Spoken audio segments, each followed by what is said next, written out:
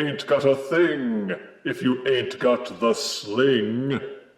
Shot. Hello, my baby. Hello, my honey. Hello, my ragtime gal. Sonny, you've kissed my wife. Baby, my heart's on fire. The first wave of Age of the Primes is upon us, and with it comes Hasbro's chance to redeem themselves from the horrible mistakes of the Combiner Wars line. They gave us a taste with the Legacy line Stunticons and Menasor, and the collecting community responded with a resounding demand for more. The Aerialbots and Superion are Hasbro's response. We went over Air Raid, the first figure in a set of 5 which will form the Superion Gestalt. Deluxe Aerialbot Slingshot is their number 2. Don't snicker, Crow. Slingshot was the jerkface member of the team, and every team has one, who turns into a Sea Harrier jet, because when you see one, you'll harry it. See the glorious plastic window on the front. Feature bullet points on the upper left, along with some unrealistically intricate artwork. Some of the primes are visible on the side panel. Photos of both modes are on the back. A teaser pic of Superion on the other side panel. Now let's get Slingshot out and give him a shot. Age of the Primes Deluxe Slingshot comes with an instruction booklet and 2 matching double-barreled gun accessories. Slingshot is a roughly deluxe-sized Sea Harrier jump jet, done mostly in white, with an orange cockpit, red and blue stripes, and a black nose cone. Like Air Raid, Slingshot's alt mode seems a bit stubby, not necessarily in size, but because it has a lot of rounded edges. It's almost like they were scared people were going to cut themselves on him, so they made him child safe. Also typical of the limb components of the Aerialbot team, Slingshot is more rectangular than sleek.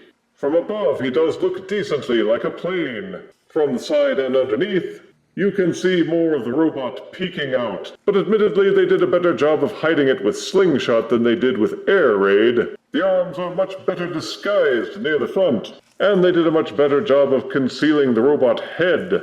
You can see a lot of ridgy, liney detail in the sculpt. It feels pretty solid, and holds together quite well. The mini landing gear at the front is just this little plastic nub, not an actual wheel. Ditto for the wheel nubs at the back, so he'll lie level on a flat surface. Visually, the landing gear is all but swallowed up by the giant coffee table-sized underbelly. Of the 2 new Aerialbots, I would say that Air Raid's alt mode is cooler, but Slingshot wins for being better contrived and engineered.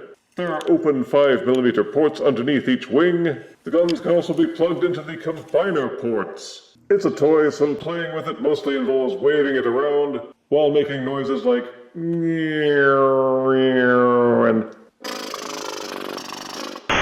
to transform, first de-accessorize, fold down the rear tail fin, then fold up the entire rear tail fin assembly. Take the black portion, which was just underneath it, and fold that up as well to become the robot feet. Swing open these panels on the underbelly. The entire upper portion folds forward. This gives you clearance to unfold the robot legs out from inside the jet. They will tab in place here. The bottom half of the jet splits apart, and you fold the shin panels back up to complete the robot legs. Fold the plane wings back. The cockpit and nose cone detach and fold backwards. Fold it down 90 degrees. Then this hinge in the middle allows the nose cone to fold up, collapse inward, and then it tabs into the robot back. Fold up the embarrassingly tiny landing gear. The robot arms come out from the sides of the plane, tilting inwards. They are pegged in here, so untab them and fold them out. Then use these hinges to extend out the arms. Rotate the robot head forward. Then fold the robot elbows out and rotate the lower arms so the elbows are pointing forward. The transformation is simple but good overall, and it doesn't need to be any more complicated. Slingshot's robot mode does hark back to his classic G1 appearance. The original figure was lacking in some detail because it was so small, but they seem to have filled in those gaps directly from the animation model. He is all white with some black bits and a red chest. Then there's the orange head with sunglasses that's stuffed inside a box. The hand sections have these divots in them, which make the fists look weird. The plastic feels good, and he's got some heft to him. The only hollow portions are inside, next to the knees. There's a lot of detail in the sculpt, though a lot of it seems diminished just because most of it is in white, which swallows up some of the depth. The nose cone and cockpit are hanging off his back, and I can tell already that all the Aerialbot Deluxes are going to be doing that. Same with having the plain wings jutting off the backs of the shins. Though unlike with Air Raid, Slingshot's tail fins have become a very stable set of heel spurs. He holds together well and doesn't feel floppy, except a little bit at the waist, where his two halves are tabbed together. Slingshot's combiner release mechanism is in this slot on his chest. Just push in a toothpick or spudger, and he will split in half. This is so he can become Superion's arm components, and you can snap him back together no problem. For customization options, he has two open 5mm ports on the front of his shins. The guns will plug into his fists. There are also 5mm ports on the sides of the arms.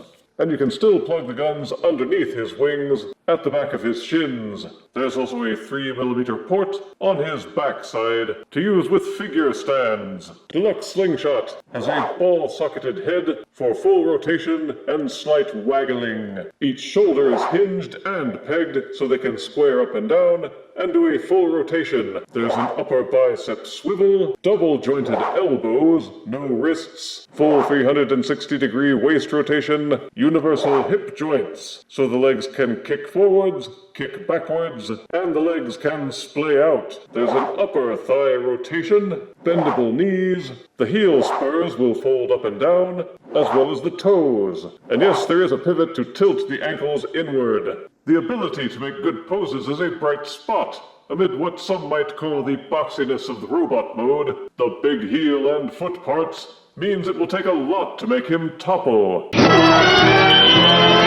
Standing at about 5 1/4 inches minus the nose cone on his back, and weighing 3 ounces, here is Age of the Prime's Deluxe Aerialbot Slingshot, next to Reveal the Shield Voyager Lugnut. Here he is next to Titan's Returns Leader Class Overlord, and Siege Commander Class Jetfire.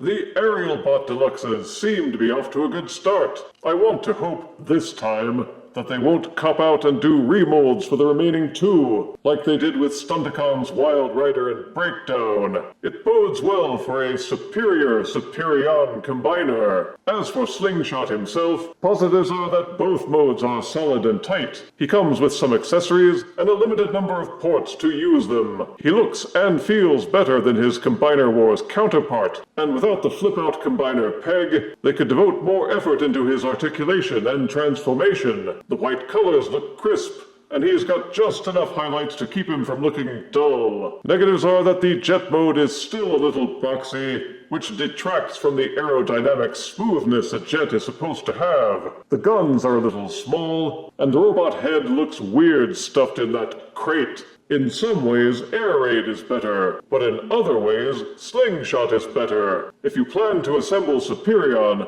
both are essential, but Slingshot stands well enough on its own, and I gave him an equal score of 7 out of 10 deaths. But will the big bad Battlein Bruticus indeed kick their behinds? If you refuse me, honey, you lose me, then you'll be left alone, oh baby, tell them all, and tell me I'm your own.